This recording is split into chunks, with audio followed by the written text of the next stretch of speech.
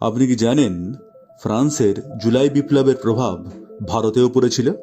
ভারতের প্রথম আধুনিক মানুষ রাজা রামমোহন রায় ফরাসি বিপ্লবের সমর্থক ছিলেন। 1830 সালের জুলাই বিপ্লবের সাফল্যের সংবাদ কলকাতায় পৌঁছলে তিনি আনন্দে উদ্বেল হয়ে ওঠেন। এ সময় ফ্রান্সে এই সাফল্য ছাড়া তার মুখে আর অন্য কোনো কথা ছিল না। এর কয়েকদিন পর তিনি ইংল্যান্ড যাত্রা করেন। তিনি তখন অসুস্থ ছিলেন, তার একটি পা ভাঙা ছিল। এই দীর্ঘ সমুদ্রযাত্রায় তিনি একটি ফরাসি যুদ্ধজাহাজ দেখতে পান। জাহাজের শীর্ষে ত্রিবর্ণ রঞ্জিত ফরাসি পতাকা ছিল। সঙ্গীদের আপত্তি না শুনে তিনি তার অসুস্থ শরীর ও ভাঙা পা নিয়ে সেই যুদ্ধজাহাজে গিয়ে ফরাসি পতাকাকে অভিবাদন জানান।